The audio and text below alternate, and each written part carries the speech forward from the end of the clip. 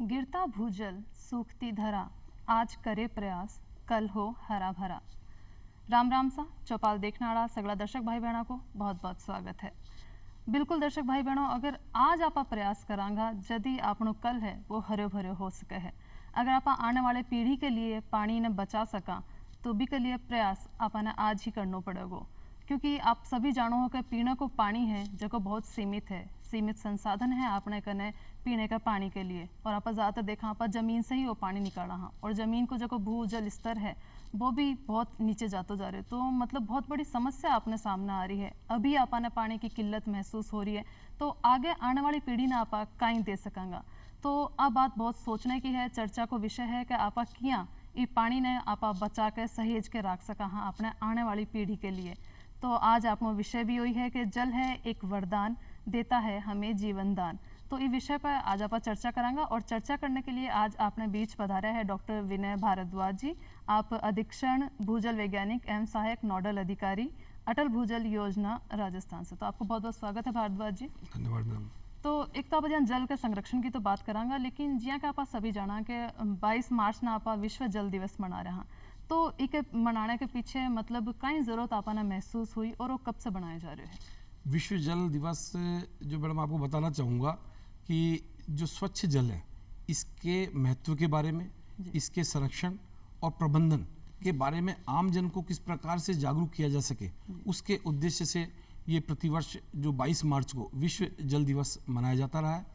और जो प्रथम विश्व जल दिवस था वो 22 मार्च 1993 को मनाया गया था, और बड़ा हर्ष का विषय है कि आज 30 साल से लगातार हम इसको मनाते आ रहे हैं। जी मैम। तो मतलब जरूरी है कि आप लोगों ने जागरूक करने के लिए आप वो एक दिन मना रहे हैं जी। तो एक चलो जागरूकता तो बहुत ज़रूरी है कि साथ साथ आप जाना कि हर जगह की अलग अलग परिस्थितियाँ हुए, अलग अलग स्थल विशेष आप देखा कि अभी पानी की भी अलग अलग उपलब्धता है, कटे ठीक ठाक पानी मिल रहा है, कटे बहुत कम है।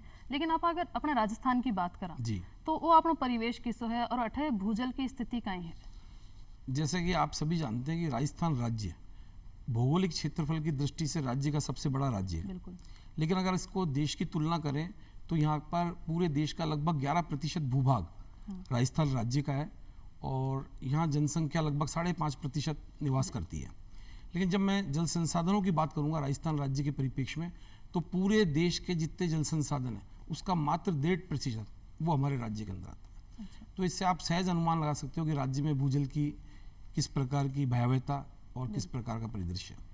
साथ ही जो हमारी राज्य भूजल विभाग है, तो जितने भी भूजल संसाधन हैं उनका आकलन करते हैं, उनकी रिपोर्ट प्रकाशित करते हैं। तो अभी जो नवीनतम भूजल आकलन रिपोर्ट हमने प्रकाशित की, उसके अनुसार जो हमारे 302 ब्लॉक्स हैं उसमें से लगभग 219 ब्लॉक अति दोहित श्रेणी के अंतर्गत आए, और मात्र 38 ब्लॉक ही जिसको बोलते हैं हम सेफ सुरक्षित श्रेणी में वर्गीकृत किए गए। तो मैं ये मोटे तौर पे कहूँगा, आपको बताना चाहूँगा कि राजस्थान राज्य का लगभग 70% भूभाग अति दोहित श्रेणी के अंतर्गत आता है। तो अति दोहित श्रेणी आपा जिनका या डार्क जोन भी जिन आपा कहता होगा, तो इको खास अगर सरल भाषा में अगर जानना चाहवा तो काई है यो मतलब अति दोहन, और खास कौन कौन सा कारण है जी की वजह से वो ज्यादा हो रहे हैं, कौन सा ऐसा क्षेत्र है जिसमें ज्यादा अति दोहन हो रहा है? बहुत अच्छा प्रश्न पूछा मैम।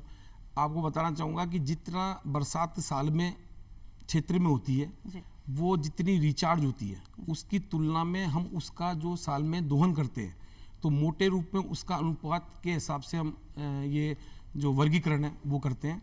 तो आप मानिए कि अगर 100 लीटर पानी मैंने ज़मीन में साल में बरसात के कारण रिचार्ज हुआ, और उससे अधिक 100 लीटर से अधिक पानी का मैंने भूजल दोहन कृषि के लिए, उद्योग के लिए और घरेलू उपयोग के लिए किया, तो वो क्षेत्र अति दोहित श्रेणी के अंतर्गत आ जाता है। जी। तो कहना मतलब जमीन के अंदर जितना पानी जा रहे है बीस से ज्यादा आपा उपयोग कर रहे हैं। बिल्कुल बिल्कुल। तो बिना आपा अति दोहन कहवांगा। जी जी। तो अब जो कि जल संकट आपने समझ में आ रहा है कि भी जल संकट है आपने, और राजस्थान में विशेषकर आप बात करा, तो इसके लिए जल संकट से बचने के लिए केंद्र सरकार और राज्य सरकार कई प्रयास कर रही है, कई तरह की योजना ले रही है। देखिए, केंद्र सरकार और राज्य सरकार लगातार जल संकट से बचने के लिए सतत प्रयास कर रही है। वर्तमान में एक राजीव गांधी जल संचयन योजना, एक योजना चल रही है आपकी नेशनल हाइड्रोलॉजी प्रोजेक्ट, और एक बड़ी महत्वपूर्ण योजना चल रही है अटल भूजल योजना। तो ये विभिन्न योजनाएं समय समय पे लगातार केंद्र और राज्य सरकार द्वारा जो गिरते हुए भूजल स्तर है इसको रोकने के लिए, चलाई जा रही है। तो मैं आपको बताना चाहूँगा कि जो अटल भूजल योजना है, ये विश्व बैंक और भारत सरकार के संयुक्त तत्वाधान में 7 राज्यों में चल रही है, जिसमें से राजस्थान राज्य भी अपना एक राज्य है। जी। और ये योजना की अवधि 5 साल की है। ये योजना शुरू हुए 3 साल लगभग ख़त्म हो गए और 31 मार्च 2023 को इसकी पूरा जो प्रथम चरण है वो समाप्त हो जाएगा। अच्छा। तो अटल भूजल योजना में जो राजस्थान राज्य है, इसके 17 जिले की 38 पंचायत समितियाँ के 1139 ग्राम पंचायतों का अपन ने चयन किया। और इस योजना का मुख्य उद्देश्य ये रहा कि जो क्षेत्र में गिरता हुआ भूजल स्तर है जी। उसको जन सहभागिता से जी। किस प्रकार से रोका जा सके। दूसरा, इस योजना का मुख्य उद्देश्य था कि जल के प्रति में लोगों को व्यवहार परिवर्तन करना, लोगों को सेंसिटाइज करना। तीसरा, इस योजना में जो सबसे इंपॉर्टेंट बात है आज के परिप्रेक्ष्य में कि महिलाओं की विशेष भागीदारी पर इसको जोर दिया गया। अच्छा। तो ये बहुत ही महत्वपूर्ण योजना है। जी।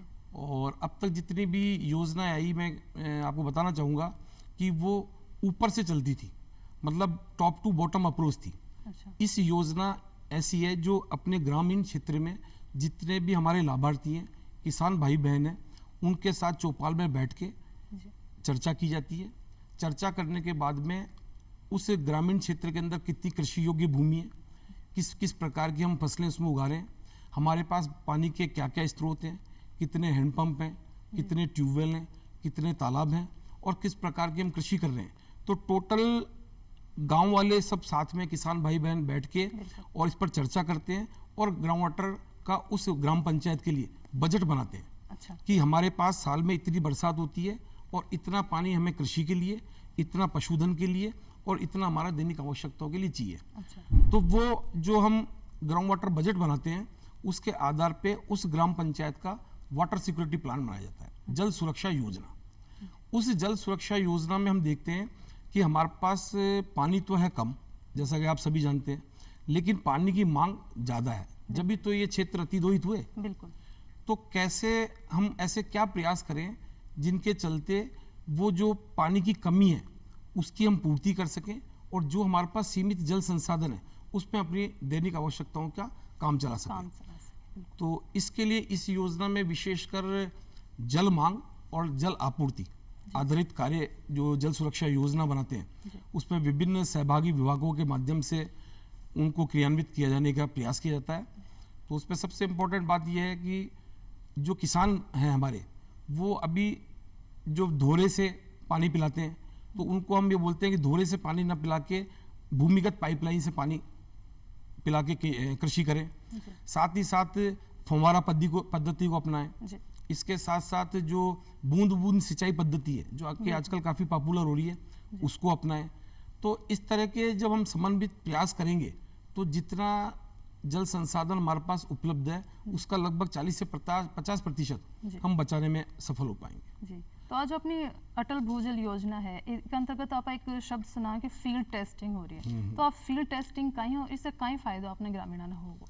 मैम, अटल भूजल योजना के अंतर्गत हम जो चिन्हित राज्य की 1139 ग्राम पंचायतें हैं इसमें हमने फील्ड टेस्टिंग किट, ये फील्ड टेस्टिंग किट कुछ नहीं, एक पोर्टेबल इंस्ट्रूमेंट है। अच्छा। जिसमें कि आमजन जो एक हमारा किसान भाई बहन है जिसको ये पता नहीं पड़ता कि मेरे क्षेत्र में भूजल की गुणवत्ता कैसी है, अच्छा। तो वो अपनी भूजल की गुणवत्ता की जांच स्वयं अपने हाथों से कर सकता है या जो हमारे अधिकारी है क्षेत्र के वो उनको जाकर जागरूक करते हैं कि इस प्रकार से फील्ड टेस्टिंग किट के माध्यम से आप अपने कुएं में जो भूजल है, अच्छा। आपके पास जो नलकूप में भूजल है, हाँ। हैंडपंप में भूजल है, उसकी गुणवत्ता पीने योग्य है कि नहीं है जी।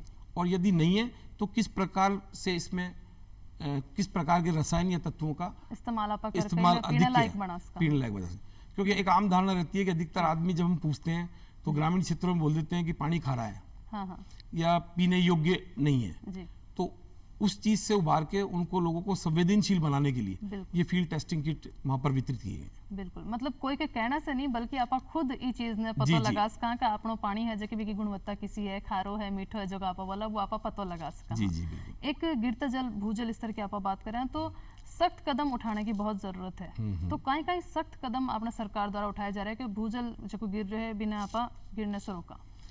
देखिए, राजस्थान जैसे राज्य की अगर बात करूँ मैम, तो राजस्थान जैसे राज्य में जो भी वर्तमान में भूजल के प्रबंधन और नियंत्रण के लिए किसी प्रकार का कोई विधेयक नहीं है। ऐसे में केंद्र सरकार का जो प्राधिकरण है वो समय समय पे अपनी दिशा निर्देश जारी करता है। उस दिशा निर्देश को राज्य सरकार अडॉप्ट करती है, अपनाती है, और उसके आधार पे हम ये जो उसमें दिया गया है कि हर आदमी को वर्षा जल संचयन करना चाहिए, पानी का दुरुपयोग नहीं करना चाहिए, औद्योगिक इकाइयों को अधिकतम वर्षा जल को पुनर्भरण करना चाहिए, और जो औद्योगिक इकाइयों से अपशिष्ट जल होता है वो व्यर्थ ना बहाकर उसको रिसाइकिल पुनः चक्रीकरण करके और अपने बाग बगीचे में अपने जो अन्य कार्य हैं उसमें उपयोग में लें। इस प्रकार के प्रयास लगातार किए जा रहे हैं। तो मतलब वर्षा जल संचयन यानी अपन वर्षा को जल बचाना है कि देखो बारिश का मौसम है, कुछ समय के लिए हुआ है, लेकिन इनमें जितनी भी बारिश हुआ है अगर वो पानी यहीं बहकर निकल जाए तो वो दुरुपयोग है, बेकार वो प्रदूषित ही हो रही है, कोई काम नहीं आ रहा है। तो जरूरी है कि आप बिना संचयन करो, पीने का काम में भी ले सका, हाँ सब चीज़ें। लेकिन एक आम आदमी की तरीके से ये वर्षा जल ना बचा सका, अपना घर के स्तर पर भी अगर बचाना चाहे तो कई तरीके से भी बचावे। बहुत अच्छा प्रश्न पूछा आपने कि हम हमेशा एक दोष देते हैं कि साहब हमारे पास पानी की कमी है, और सरकार की एक जिम्मेदारी ठहरा देते हैं कि पानी की जो कमी है वो सरकार पूरी करे। लेकिन मैं आपको बताना चाहूँगा कि हम भी एक सजग नागरिक के रूप में और जल संचयन का जो एक अभियान चल रहा है इसमें अपनी महत्वपूर्ण भूमिका निभा सकते हैं, क्योंकि हम अपने जो जल संसाधन हमें डेली मिल रहा है या उपलब्ध है उसको अपने दैनिक दिनचर्या में व्यवहार परिवर्तन, जैसे हम सुबह उठते हैं, नहाने गए, तो नहाने जब जाते हैं तो अपन जो नल को चालू छोड़ देते हैं उसको चालू ना रखें, बाल्टियों में पानी भर लें, उससे नहाएं। दूसरा, जब हम ब्रश करते हैं, दातून करते हैं, तब अपने पानी का नल खोल देते हैं, तो जब आवश्यकता हो तब उस नल का इस्तेमाल करें। तो आप सुबह नहाने में, अपना दातून करने में, और आदमी लोग जो दाढ़ी बनाते हैं उसमें, और गृहिणियां विशेषकर, आप लोगों में एक आम धारणा है बासा पानी, आप लोग बोलते हैं बासा पानी हो गया, तो चूंकि आपको सहज रूप से जल नल के द्वारा उपलब्ध हो रहा है, तो कल जो आपने पानी परिंडे में भरा था वो आज जैसे ही नल आएगा तो सबसे पहले आप वो परिंडे खाली कर देते हैं, और खाली करने के बाद में जब नल आ रहा है तो उसको भर देते हैं। तो आप लोग बासा पानी कभी नहीं होता है, मैं बताना चाहूंगा, क्योंकि जो भूजल भंडार है वो वर्षों से जमीन में संग्रहित हुए हैं। ऐसे ही जब हम वाटर सप्लाई करते हैं तो जो टंकियां हैं इस पे पानी 2-2, 5-5 दिन का इकट्ठा रहता है, तब जाकर हमको वो घर में प्राप्त होता है। तो जो बासा पानी कंसेप्ट है परिंडों में, उसको आप कृपया सुधार करने को आप सुधार, तो महिलाओं के लिए विशेष है, क्योंकि जो पानी की परेशानी भी महिलाएं सबसे ज्यादा झेलती है। इसी के साथ आपको बताना चाहूंगा कि घर में जैसे हम कहते हैं कि बगीचा लगा हुआ है, अब आप तपती धूप में बगीचे के अंदर पानी देंगे तो जो तापमान अधिक होने के कारण जितना भी पानी है उसका अधिकतम हिस्सा तो वाष्पीकृत हो जाएगा। तो पानी जो हमको गार्डन में काम में लेना था उसको हमने व्यर्थ कर दिया।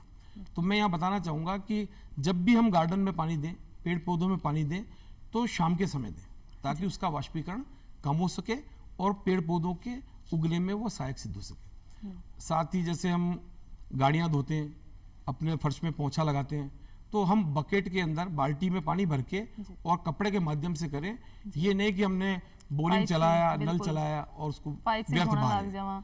तो इस प्रकार के छोटे छोटे उपाय करके हम दैनिक जीवन में अपना व्यवहार परिवर्तन करके बहुत अधिक मात्रा में जल को बचा सकते हैं। बिल्कुल, एक बहुत काम की बात आपने विनय जी बताइए भाई बहनों, तो आपने ये चीज़ को बहुत ध्यान रखना और अपने देखो व्यवहार में परिवर्तन आपने करना है कि आप जी तरीके से रोज का दिनचर्या का कामा में आप छोटे छोटे कामा में बहुत सारा पानी व्यर्थ बहा देवा, तो वो आपने ध्यान रखना है कि आ चीज़ा पे ध्यान रख के आप पानी बचा सका। और अपनी माता बहना जी अभी बताया विनय जी कि आप बासा पानी आ रही है, बात आप इन्हें भूल देवा कि बासा पानी को नहीं हो भी पानी ना आपने फेंकना नहीं है, जो पीने को पानी है वो उपलब्ध हो रहे बिना सहेज के रखो और बिना पीने के लिए इस्तेमाल करो और फेंकनो नहीं है अपन वो पानी। और एक बात कीजिए, बात करें अपना जगह बड़ा बुजुर्ग था वह भी पानी की महत्वता न जानता है, पहले ही कुआं बावड़ी तालाब बनवाता है, पानी इकट्ठो करता है, तो अभी भी जो अपना पुराना कुआं बावड़ी बनेड़ा है, नदी तालाब भी जो चल रहा है, तो बाकी साफ सफाई रख रखाव बाको संरक्षण खातर सरकार कहीं कर रही है। बहुत अच्छा बात है कि राजस्थान में आपने हमेशा एक जो पृष्ठभूमि बनती आ रही है, क्योंकि राजस्थान लगातार यहाँ वर्षा की कमी है और तापमान अधिक है, शुष्क और अधिशुष्क की श्रेणी के अंतर्गत आता है, तो ऐसे में एक अकाल आमतौर पे अपने लिए एक सामान्य बात रही है। लेकिन जो हमारे बड़े बुजुर्ग थे उन्होंने ऐसी विषम परिस्थिति में भी किस प्रकार से जो उपलब्ध जल संसाधन है उसमें जीने के लिए विभिन्न तरीके और माध्यम खोज रखे थे। जैसे कि टांके, कि जो भी वर्षा जल आता था उसको टांके में संचित कर देते थे और वो बहुत शुद्ध जल होता था, आपको बताऊं मैं, उसमें किसी प्रकार का प्रदूषण नहीं होता था। साथ ही साथ बावड़ियाँ बनाना, तालाब बनाना, पोखर बनाना, जोहड़ बनाना, तो इस प्रकार की बहुत सारी वर्षा जल संरक्षण की संरचनाएं हमारे पूर्वजों द्वारा बनाई गई। कालांतर में धीरे धीरे धीरे जैसे जैसे विकास होता गया, इसको विकास ही कहूंगा, तो हमने घरों में नल पहुंचा दिया, तो वो हम उसको नजरअंदाज करते चले गए। तो आज उनकी सार्थकता बहुत अधिक है और आज भी वो उतने ही सार्थक हैं। जब कभी भविष्य में अकाल या पानी की समस्या आती है तो हमारी जो बावड़ियाँ हैं, पोखर हैं, कुएं हैं, तालाब हैं, वही हमको आगे जीवित रखने में मददगार साबित होंगे। तो राज्य सरकार द्वारा समय समय पे विभिन्न योजनाओं के तहत, विभिन्न विभागों के तहत जितनी भी ये जीर्ण शीर्ण बावड़ियाँ हैं इसका पुनरुद्धार किया जा रहा है। और जितने भी तालाब हैं वो जैसे अभी नरेगा मनरेगा चल रहा है, तो उन जोहड़ और तालाब को उसका जो भराव क्षमता है उसको बढ़ाए जाने के लिए प्रतिवर्ष सफाई करी जाती है और उसके बाद में पाल बांध के ये देखते हैं कि अधिकतम जितना भी वर्षा जल उस क्षेत्र में आ रहा है उसको अधिक से अधिक वहां पर संग्रहित कर सके। जी, अब आप ज्યાં देखा कि आपनो जो विशेष तरह पर आर्थिक रूप से सशक्त हो रहे हैं, तो आप कृषि पर ज्यादा टिके रहा, तो अपना ग्रामीण भाई अब खेती बाड़ी से जुड़े रहे, तो खेती बाड़ी में आप कौन सी ऐसी बातों को ध्यान रख सका जिससे कि आप पानी ने बचा सका। जी फसला है तो कौन सी विशेष ऐसी फसला आप हमारे ग्रामीण भाई बहना ने बताओगा जिससे जी फसला में जहाँ पानी कम लागतो, तो कौन कौन सी फसला बने उगानी चाहे। देखिए, जो भारत देश है वो कृषि प्रधान देश है और भारत की लगभग 70% जो जनता है वो प्रत्यक्ष और अप्रत्यक्ष रूप से कृषि कार्य या उससे संबंधित कार्यों से जुड़ी हुई है, ये हम अच्छी तरह जानते हैं। और मैं यहाँ बताना चाहूँगा कि जितना भी जल है उसका 70 से 80% जो भाग है वो कृषि क्षेत्र में काम आता है। तो हमें आज विशेष रूप से कृषि क्षेत्र में ध्यान देने की बहुत आवश्यकता है। तो जैसे आपने पूछा कि किस प्रकार की फसलें हमारे किसान भाई बहन उगाएं, तो वैसे किसान भाई बहन काफ़ी सजग हो रहे हैं और जो हमारे कृषि विभाग है, उद्यानिकी विभाग है और गांव-गांव में हमारे कृषि पर्यवेक्षक लगे हुए हैं, वो हमारे किसान भाई बहनों के पास जाकर उन्हें बताते हैं कि किस प्रकार से कम पानी की फसलें हम उगाने में बढ़ावा दें। जैसे कि हम गेहूं बोते हैं, उसकी जगह हम कहते हैं कि गेहूं ना बोकर आप सरसों बोलो, ज्वार बाजरा चना बोलो। तो अधिक पानी की जो फसलें हैं उसको रोकना चाहिए और कम पानी वाली फसलों को बढ़ावा देना चाहिए।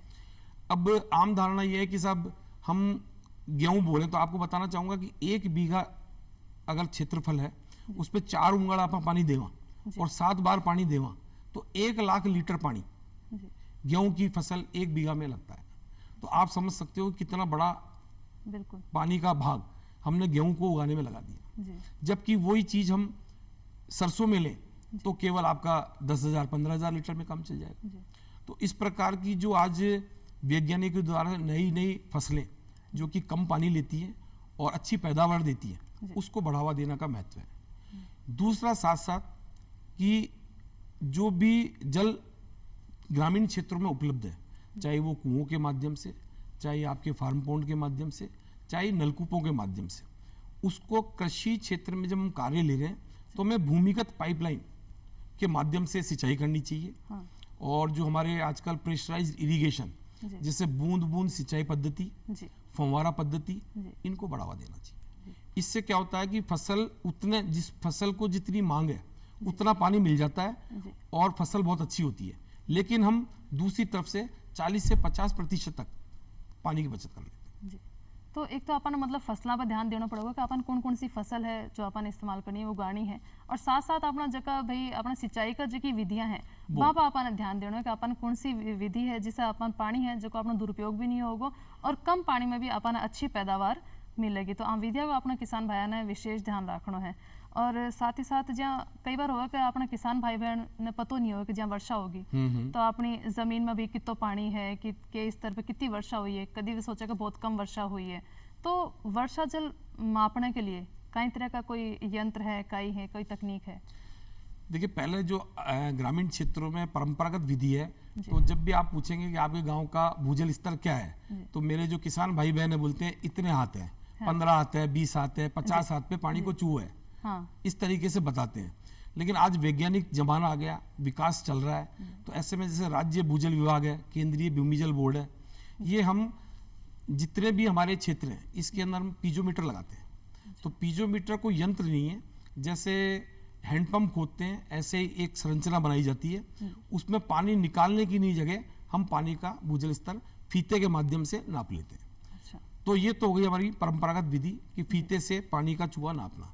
साथ ही साथ अब हमने जैसे अटल भूजल योजना के अंदर जो 1139 हमारी जो ग्राम पंचायतें हैं, अच्छा, उसमें टेलीमेट्रिक डिजिटल वाटर लेवल रिकॉर्डर्स उनकी स्थापना कर रहे हैं। उससे क्या होगा कि हम कहीं भी बैठे हुए अपने क्षेत्र का भूजल स्तर रियल टाइम बेसिस पे देख सकते हैं। जी, जैसा आप यहाँ बैठे हैं और आप अपने गांव में जानना चाहें कि मेरा अभी का वर्तमान का भूजल स्तर क्या है, तो आप अभी वेबसाइट खोल के अपना भूजल स्तर देख सकते हैं। अच्छा, तो उसके माध्यम से एक आम जन को, किसान भाइयों को, लाभार्थियों को ये पता पड़ेगा कि मेरे साल में बरसात कितनी हुई, मैं किस प्रकार की फसलें बो रहा हूँ, और उसके चलते मेरा वर्तमान में भूजल स्तर गिर रहा है, रुक रहा है या बढ़ रहा है। जी, तो उसको निर्णय लेने में और उसको एक संवेदनशील होने में बहुत मददगार साबित हो। जी। मतलब आजकल नई नई तकनीका आ गई है, अपना किसान भाई बहन इस तकनीका को इस्तेमाल करके अपना भूजल स्तर को भी पतो लगा सके, गुणवत्ता को भी पतो लगा सके कि बाकन जो जल है वो की लायक है, पीने लायक है कि और बा में की तरह का रसायन है कहीं है। जी। तो वो आज आप तकनीक के माध्यम से जान सका। हाँ, नया नया नवाचार आ रहा है तो वहाँ को इस्तेमाल आपने करना चाहिए।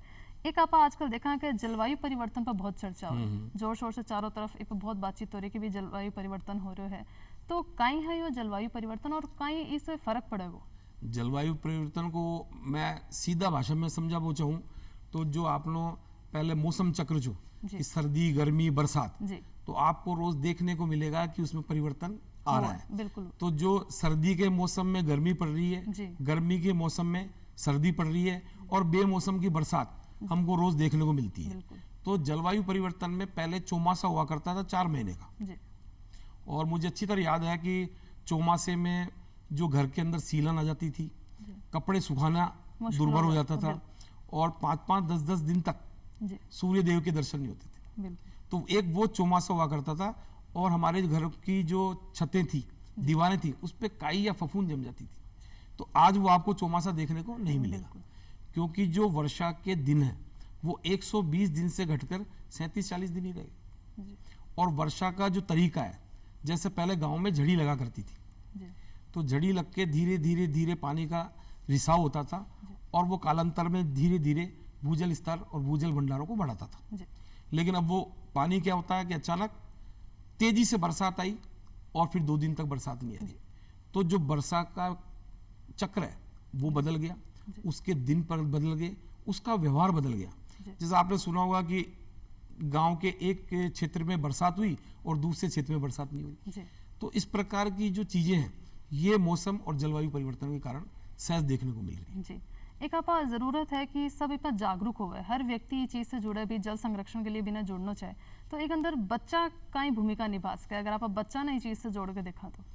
देखिए बच्चों का बहुत ही इसमें अहम जिम्मेदारी और मुख्य भूमिका है, क्योंकि आगे आने वाला जो हमारा फ्यूचर है, भविष्य, वो बच्चे ही हैं। बिल्कुल। तो बच्चों की शिक्षा में और बच्चों के आचार व्यवहार में यदि हम जल संरक्षण और जल के महत्व के बारे में शुरू से ही स्कूलों में या घरों में उनको इस प्रकार की भावना पैदा कर दें कि जल हमारा जीवन का मुख्य आधार है, जल हमारे जीवन के लिए, भविष्य के लिए मुख्य भूमिका रखता है, और इससे सहजना संजोना हमारा कर्तव्य है।